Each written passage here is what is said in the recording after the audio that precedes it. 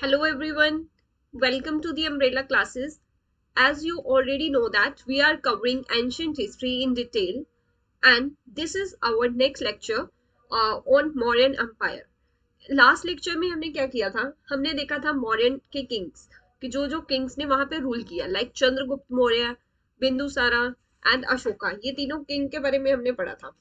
आज हम करेंगे इससे नेक्स्ट, आज हम पढ़ेंगे मौर्यंस के एडमिनिस्ट्रेशन के बारे में और लेटर मौर्यंस के बारे में कि लेटर मौर्यंस में कौन कौन आए और उनका एडमिनिस्ट्रेशन कैसा था, कैसे वो अपना जो डेली का काम था या फिर एडमिनिस्ट्रेशन से कैसे रन करते थे, कैसे चलाते थे, कौन कौन पर्सन थे उनके एडमिनिस्ट्रेशन में, ये सब देखेंगे हम। इससे पहले चलो देखो स्टार्ट करते हैं हम अशोक धमा से। अशोक धमा हमें करना है, ये हम ऑलरेडी कर चुके थे। अशोक धमा से करना है हमें स्टार्ट। अशोक धमा में देखो क्या बताया गया है कि जैसे हमने देखा था कि अशोका थे जो, उन्होंने बुद्धिज्म को अडॉप्ट किया था और बुद्धिज्म को उन्होंने अडॉप्ट किस लिए किया था, अंडर द असिस्टेंस ऑफ उपागुप्ता। उपागुप्ता के अंडर इन्होंने बुद्धिज्म को अडॉप्ट किया और बुद्धिज्म में इन्होंने बुद्धिज्म को काफी प्रोपेगेट भी किया था। और इन्होंने बुद्धिज्म में क्या कहा था कि हमें ना सारे लाइक जो भी इविल्स हैं उनको त्याग देना चाहिए। और जो ये कुछ उन्होंने ना मेंशन किए थे, जी आपको सारे पता होने चाहिए कि बुद्धिज्म का बुद्धिज्म में जब विश्वास करते थे अशोका, तो उन्होंने कुछ अशोक धमा दिए कि हमें ये काम नहीं करने चाहिए।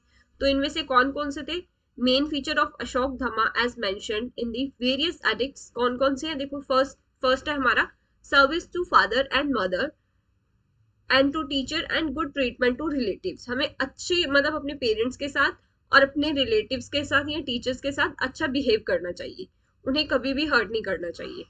सेकंड देखो क्या था, इन्होंने कहा था कि हमें अहिंसा की प्रैक्टिस करनी चाहिए, कभी भी हमें अहिंसा नहीं करनी चाहिए, अहिंसा की प्रैक्टिस होनी चाहिए हमें। और लव ऑफ ट्रूथ, हमें हमेशा सच बोलना चाहिए, कभी भी झूठ नहीं बोलना चाहिए। थर्ड देखो इन्होंने क्या कहा था कि जो सैक्रिफाइस होते हैं लाइक एनिमल सैक्रिफाइस, या फिर हम फेस्टिवल गैदरिंग करते हैं, बहुत सारे फेस्टिवल्स हम सेलिब्रेट करते हैं और उसपे हम बहुत सारा लाइक अमाउंट भी इन्वेस्ट करते हैं, तो ये उनके लिए क्या था कि एक वेस्टेज थी।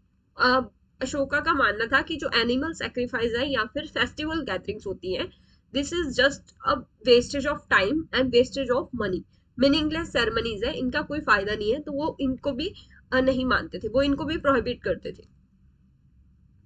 अब देखो फोर्थ क्या आ जाता है, फोर्थ है हमारा efficient organisation of administration in the direction of social welfare and maintenance of constant contact with people through system of धर्मात्यास। अब देखो इनका मानना ये था कि जो ऑर्गेनाइजेशन है ना हमारा एडमिनिस्ट्रेशन है वो प्रॉपर होना चाहिए और उसमें वेलफेयर का काम होना चाहिए, ताकि जो each and every person of this society है उनका वेलफेयर हो सके।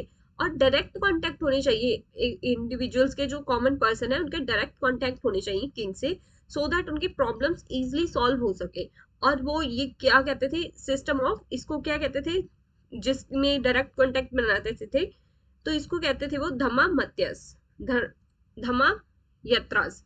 ये आप प्रोनाउंस कर सकते हो, अच्छे से प्रोनाउंस कर लेना, बिकॉज देखो एंशिएंट हिस्ट्री में ना आपको बहुत सारे वर्ड्स मिलेंगे जिसको आप कुछ और प्रोनाउंस करोगे, मैं कुछ और प्रोनाउंस करूंगी, थर्ड पर्सन कोई और कुछ और प्रोनाउंस करेगा, ठीक है, बिकॉज ये ना स्पेलिंग थोड़ी सी टिपिकल है, ना कि आपके लिए, सबके लिए ही टिपिकल होती है। अब देखो नेक्स्ट इन्होंने और जो हम बताए थे अशोक धमाज में, और क्या बताया, ह्यूमन ट्रीटमेंट करना चाहिए हमें सबके साथ of servant by masters and prisoners by government officials, ठीक है। नेक्स्ट बताया था कंसिडरेशन एंड नॉन वायलेंस होना चाहिए, हमें नॉन वायलेंस करना है। फिर tolerance among all the religious sect. फिर इन्होंने कहा कि कॉन्सिक्वेट थ्रू धमा इंस्टेड थ्रू वॉर्स, हमें ना कॉन्क्वेस्ट करना है धमा से, ना कि वॉर से। वॉर को इन्होंने अवॉइड किया था कि हमें वॉर को अवॉइड करना है, जो हमारा धमा है उसके थ्रू हम किसी को कॉन्क्वेस्ट कर सकते हैं। फिर इन्होंने नॉन वायलेंस का कंसेप्ट दिया, हम ऑलरेडी देख ही चुके हैं कि नॉन वायलेंस का कंसेप्ट दिया था। And similar ideas of Ashoka Dhamma are identical with the teaching of Buddha. अब देखो इन्होंने ना स्पेशल ऑफिसर्स अपॉइंट किए थे। स्पेशल ऑफिसर्स कौन से थे, धमा महात्मास। किस लिए अपॉइंट किए थे, to speed up the progress of Dhamma, जो ये प्रोपेगेट करते थे बुद्धिज्म को, उसको प्रोपेगेट करने के लिए या स्प्रेड करने के लिए इन्होंने कुछ ऑफिशियल्स अपॉइंट किए जिनका नाम दिया गया था धमा महात्मास। Got it. नेक्स्ट देखो लेटर मॉरियर्स पे आ जाएंगे हम। लेटर मौर्यंस में क्या आता है, अब देखो मौर्यंस में हमने पढ़ लिया था कि 3 डिफरेंट किंग्स आए थे। सबसे पहले चंद्रगुप्त, फिर हमारे आ गए बिंदुसारा, नेक्स्ट हमारे थे अशोका। अब देखो अशोका की डेथ होगी जब 232 में अशोका की डेथ होगी, तो इनके फॉलोअर्स थे ना जो, वो दो पार्ट में डिवाइड हो गए, कुछ वेस्टर्न पार्ट में हो गए, कुछ ईस्टर्न पार्ट में। अब देखो जो वेस्टर्न पार्ट था ना, वेस्टर्न पार्ट मतलब इंडिया, सारा इंडिया कंक्वायर किया हुआ था। जैसे देखो आपको डायग्राम ऑलरेडी पिक्चर में भी दिखाया गया था, वेट दिखा, ये देखो ये सारा पार्ट किसके अंडर था, मौर्यंस के अंडर। तो जब अशोका की डेथ होगी, अशोका की डेथ के बाद जो ये लोग थे ना, दो गुट में डिवाइड हो गए, एक था वेस्टर्न, एक था ईस्टर्न। अब देखो जो वेस्टर्न पार्ट में डिवाइड हो गए थे, उसको कौन रूल करता था, कुणाल। कुणाल कौन थे, कुणाल था सन ऑफ अशोका। जो अशोका का बेटा था वो आ गया वेस्टर्न पार्ट में, और जो ईस्टर्न पार्ट था ना वो किसके अंडर था, वो था दशरथ के अकॉर्डिंग। दशरथ कौन था, दशरथ था कुणाल का बेटा, ग्रैंड सन ऑफ अशोका। और ये दोनों पार्ट को इन्होंने डिवाइड कर लिया कि इस पार्ट को मैं रूल करूंगा, इस पार्ट को मैं रूल करूंगा, ये दोनों ने अपने अपने अंडर ले लिया। बट देखो क्या था, अशोका के बाद जो इनका एडमिनिस्ट्रेशन था ना, ये हो गया weak, because of weak rulers. ये जो थे कुणाल और दशरथ था, ये वीक रूलर्स थे। अब वीक रूलर्स है तो कोई ना कोई देखो इनका फायदा उठाएगा। तो उस टाइम में क्या था, जो नॉर्थ वेस्टर्न साइड से ना इन्वेजन हुआ था। कौन सा इन्वेजन हुआ था, हमने देखा था पहले अलेक्जेंडर आया, ग्रीक्स आए थे। बट इस टाइम पे जब ये मौर्यंस का टाइम था ना, इस टाइम पे इन्वेजन हुआ था बैक्टीरियन इन्वेजन। बैक्टीरियन से कुछ लोग आए, बैक्टीरियन इन्वेजन इसको कहते हैं हम, बैक्टीरियन इन्वेजन हुआ, ठीक है, on the western side of western part of the India. अब ड्यू टू वीक रूलर, ये क्या था, जो बैक्टीरियन इन्वेज ये इंडिया में एंटर कर गए, और जो ये इंडिया में एंटर कर गए, तो इनका जो ये मौर्यन अंपायर था, ये क्या हो गया, कोलैप्स हो गया। अब देखो डेफिनेटली वीक रूलर होंगे तो कोई ना कोई उसका फायदा उठाएगा। तो बैक्टीरियंस ने इनका प्रॉपर फायदा उठाया और उन्होंने इंडिया में एंट्री हो गई। तो लेटर मौर्यंस में जो भी इनका मौर्यन एडमिनिस्ट्रेशन था, ये क्या हो गया, सारा खत्म हो गया। अब इसका फायदा देखो कोई और भी लेगा, ये हम पढ़ेंगे कि मौर्यंस के बाद हमारा जो लेटर मौर्यन में कौन कौन आते हैं, ये सारा हम डिटेल में पढ़ेंगे, ठीक है। द लास्ट मॉडर्न किंग थे जो, उस टाइम पे लास्ट मॉडर्न किंग कौन थे, बृहरथा। ये आपको याद रखना है कि Brihadratha was the last Mauryan king who was assassinated by Pushyamitra Shunga. अब देखो शंगा, पुष्यमित्र शंगा ने इनको मार दिया, और इसके बाद क्या आ जाएगा, शंगा डेंसिटी, शंगा डेंसिटी आ जाएगी। इनको हम सारा लेटर मॉर्यंस में पढ़ेंगे डिटेल में, ठीक है। अभी आपको जस्ट इतना ही याद रखना है कि इसके बाद शंगा डेंसिटी आ जाएगी। तो अब हम अपने आज के बहुत ही इंपॉर्टेंट टॉपिक पे आते हैं कि मॉर्यन एडमिनिस्ट्रेशन, मॉर्यन का एडमिनिस्ट्रेशन कैसा था। अब देखो जो मॉर्यन का एडमिनिस्ट्रेशन था ना, ये डिवाइड था दो पार्ट में, एक था सेंट्रल और एक था हमारा, यस सेंट्रल था, और एक हमारा आ जाता है इन विलेज लेवल या फिर इंटरमीडिएट लेवल, जिसे हम प्रोविंशियल एंड लोकल एडमिनिस्ट्रेशन भी कह देते हैं। तो आपको यही याद रखना है, first is central administration, second is provincial and local administration. अब देखो जो सेंट्रल एडमिनिस्ट्रेशन था, इसमें ना एक वो कहते हैं कि एक सप्तंगा थ्योरी दी है। किसने दी है, सप्तंगा थ्योरी कौटिल्य ने दी है, कि जो मौर्यन एडमिनिस्ट्रेशन था ना, उस टाइम पे 7 लोग होते थे जिनका बहुत ही इंपॉर्टेंट रोल था मौर्यन के एडमिनिस्ट्रेशन में। और ये जो 7 लोग कौन थे, अब इनको देखो। फर्स्ट थे स्वामी। स्वामी किसको कहते थे, किंग को। अब जो किंग है उसको हम कह देंगे swami. He is the first most important person in during Mauryan administration, swami. ये आपको इसका मीनिंग भी पता होना चाहिए कि स्वामी हम कहते थे किंग को। Second one is amatya. Amatya हम किसे कहते थे, अमत्या हम कहते थे मिनिस्टर और हाई ऑफिशियल्स। थर्ड हमारा आ जाता है जनपद। जनपद होता है टेरिटरी एंड पॉपुलेशन, ठीक है। फिर हमारा फोर्थ आ जाता है दुगा। दुगा हम कहेंगे फोर्ट को। अब देखो 7 इंपॉर्टेंट चीजें क्या थी, सबसे पहले तो फोर्ट होगा, फोर्ट में ही किंग होगा, किंग फोर्ट। इसमें जो मिनिस्टर्स होंगे उनको हम क्या कह देंगे, these are the minister, these are, इनको हम क्या देंगे, अमत्यास। और अब देखो जो ये इनकी टेरिटरी है, suppose this is a territory of this Mauryan empire, तो इस टेरिटरी को हम क्या कह देते थे, जनपद, जनपद। और इसके बाद देखो इसके इनके पास जो ट्रेजरी होगी, कुछ इसको चलाने के लिए, अपना जो एडमिनिस्ट्रेशन है, जनपद है, इसको रन करने के लिए कुछ ट्रेजरी भी चाहिए होगी। तो जो ट्रेजरी होती थी उसे हम कहते हैं कोष, कोष। और जो इनकी आर्मी होती थी, जो इनको प्रोटेक्ट करती थी, उसको कह देते हैं हम बाला, और जो इनके अलाई होते थे उनको हम कहते हैं मित्र। अब देखो फर्स्ट हम स्टडी करते हैं किंग के बारे में। किंग कौन थे, जिनको हम किंग को क्या कहते थे, स्वामी। किंग और स्वामी is the sole authority among all 7 elements of the state. Maurya regarded the subject welfare and interest is very important. इनका मेन काम क्या था कि वेलफेयर करना है हमें, welfare and interest are very important. ये दोनों बहुत ही इंपॉर्टेंट थे मौर्यन एडमिनिस्ट्रेशन के टाइम पे। अब देखो नेक्स्ट आ जाता है, नेक्स्ट हमारे आते हैं मिनिस्टर्स। मिनिस्टर्स को क्या कहेंगे हम, मंत्रीज। मिनिस्टर्स को हम मंत्रीज भी कहते थे। और ये जो मंत्रीज थे ये ऑर्गेनाइज थे इनटू मंत्री परिषद। डिफरेंट डिफरेंट मंत्री परिषद होते थे जो डिफरेंट डिफरेंट काम को देखते थे।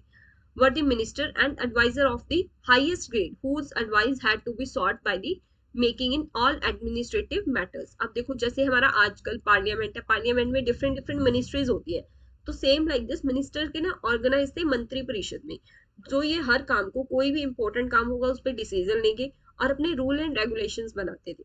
ठीक है, अब देखो थर्ड आ जाते हैं हमारे अमात्यास। अमात्यास क्या क्या थे, अमात्यास जो थे बहुत ही इंपॉर्टेंट एडमिनिस्ट्रेटिव पर्सनल थे, लाइक सिविल सर्वेंट। आज के टाइम पे हम इनको कह सकते हैं कि और सिविल सर्वेंट थे, जो हाईएस्ट बहुत ही इंपॉर्टेंट रोल प्ले करते थे, और highest administrative and judicial appointment होती थी इनकी। और जो इनको पे स्केल दी जाती थी वो बिल्कुल क्लियरली डिफाइंड थी। ये नहीं थी कि हाँ एक महीने आपको कुछ पे स्केल देंगे, सेकेंड मंथ आपको कुछ पे स्केल देंगे। ये प्रॉपरली डिफाइंड किया गया था। ओके तो अब आपको पता चल गया किंग कौन था, मिनिस्टर्स के बारे में, अमात्यस के बारे में। Got it. अब हम नेक्स्ट देख लेते हैं कुछ वर्ड्स जो कि ये भी काफी इंपॉर्टेंट है, डायरेक्टली आपको ये भी पूछे जा सकते हैं एग्जाम में। पुरोहित, पुरोहित का मतलब क्या होता था, चीफ प्रीस्ट। और नेक्स्ट समहत्रा, क्या समहत्रा का मतलब था, चीफ रेवेन्यू कलेक्टर। सनिधाता, सनिधाता का मीनिंग होता था चीफ ट्रेजर। और युवराज का मतलब था क्राउन प्रिंस। ठीक है, ये आपको चारों वर्ड ये भी याद होने चाहिए। अमात्यास का मीनिंग भी आपको पता होना चाहिए, किंग का भी होना चाहिए, और बाकी जो 7 हम ऑलरेडी कर चुके हैं वो आपको प्रॉपरली पता होने चाहिए।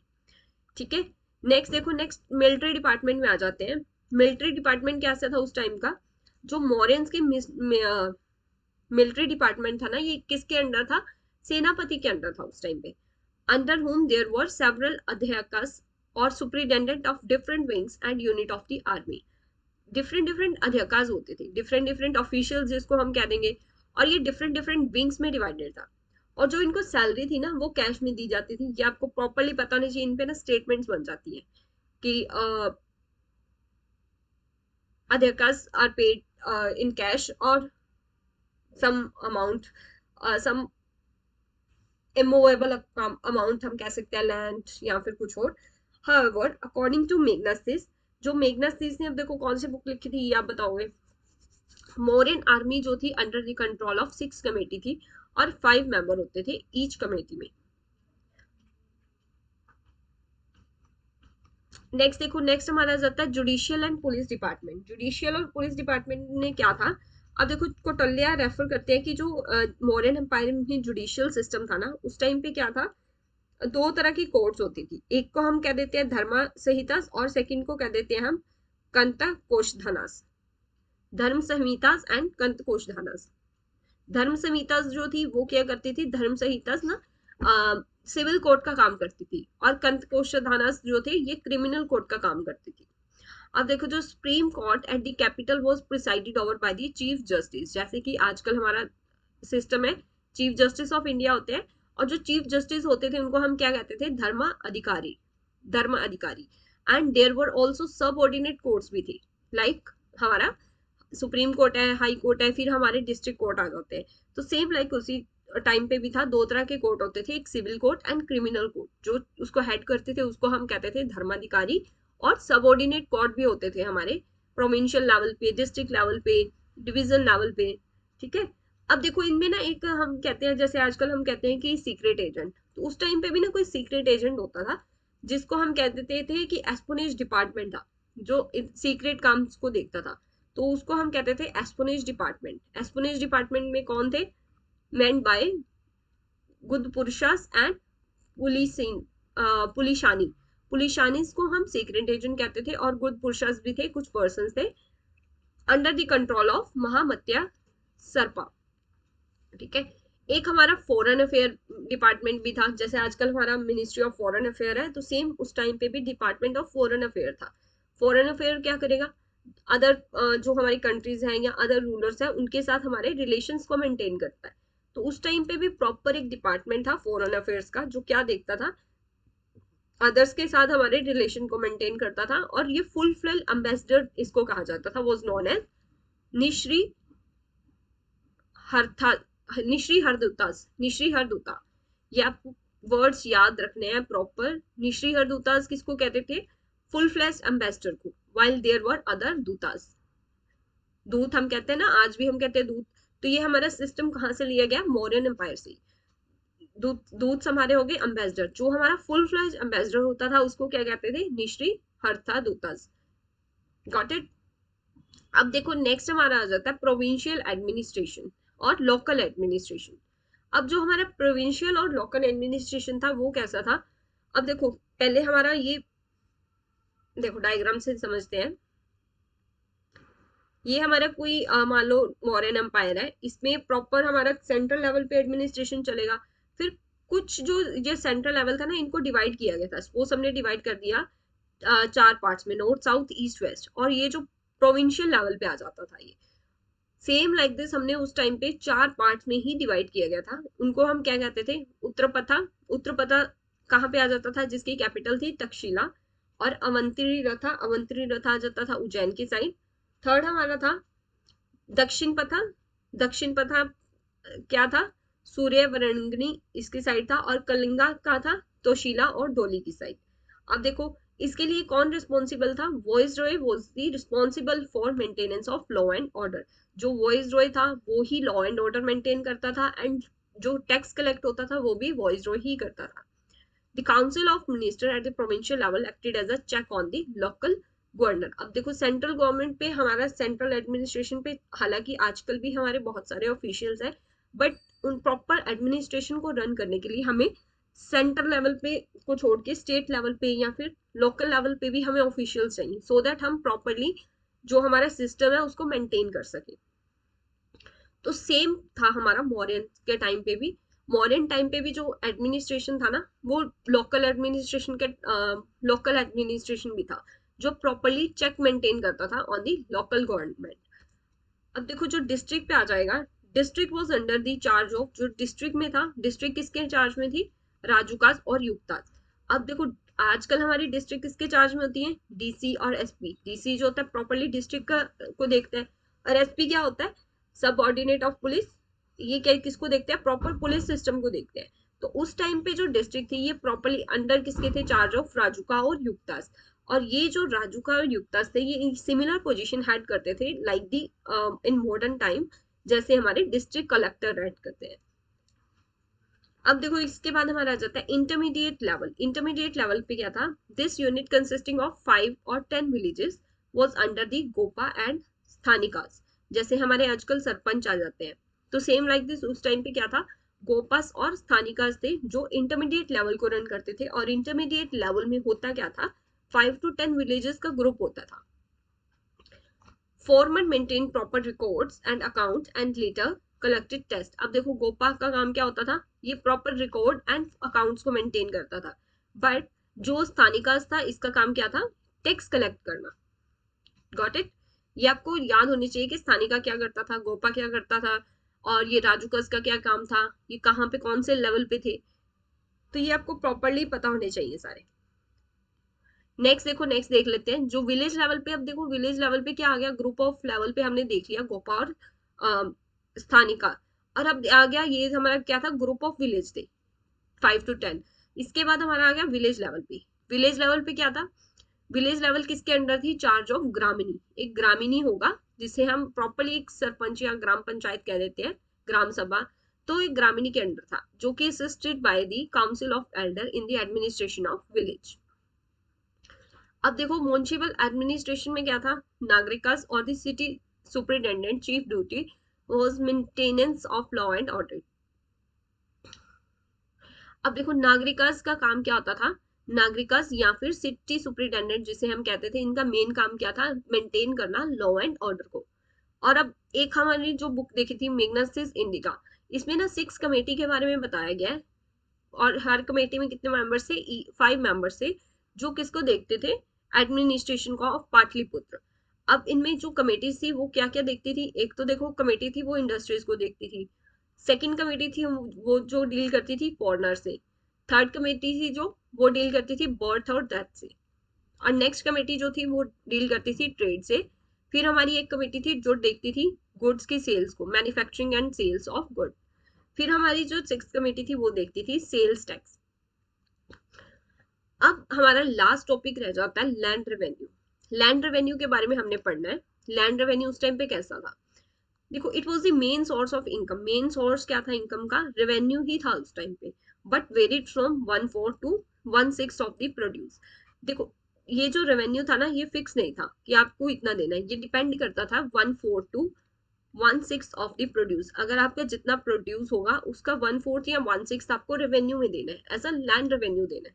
और ये जो लैंड रेवेन्यू था ये डायरेक्टली कलेक्ट किया जाता था by the Kings official from the cultivators without bringing in intermediaries, directly without middle person नहीं होता था इनमें कोई, डायरेक्टली किंग्स के जो ऑफिशियल थे वो जाते थे कल्टीवेटर्स के पास और वो उनसे 1/4 टू 1/6 जो जितना भी प्रोड्यूस होता था उसके अकॉर्डिंग अपना टैक्स लेके आते थे।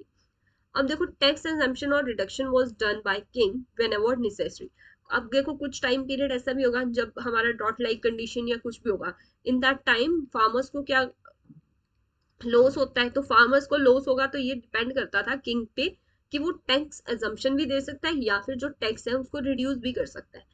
तो ये था हमारा आज का टॉपिक जिसमें हमने डिटेल में देखा कि मौर्यंस का एडमिनिस्ट्रेशन कैसा था। एडमिनिस्ट्रेशन भी हमने देखा क्या सेंट्रल एडमिनिस्ट्रेशन कैसा था या फिर प्रोविंशियल और लोकल एडमिनिस्ट्रेशन कैसा था। आई होप आप सबको अच्छे से समझ आया होगा। देखो अगर आपको कोई भी डाउट है तो आप कमेंट बॉक्स में मेंशन कर सकते हो। और सेकेंडली अगर आपको चैनल जो है जो हमारा लेक्चर है अच्छा लगा तो लाइक शेयर और सब्सक्राइब करना नहीं भूलना। आप सब लोग लेक्चर देख लेते हो बट लाइक शेयर और सब्सक्राइब नहीं करते, ये भी आपको करना है। इससे क्या होता है हमें मोटिवेशन मिलती रहती है आपके लिए और इससे अच्छे अच्छे लेक्चर्स आएंगे इन फ्यूचर। तो आप लाइक शेयर और सब्सक्राइब ज्यादा से ज्यादा करो सो दैट हम भी मोटिवेटेड फील करें।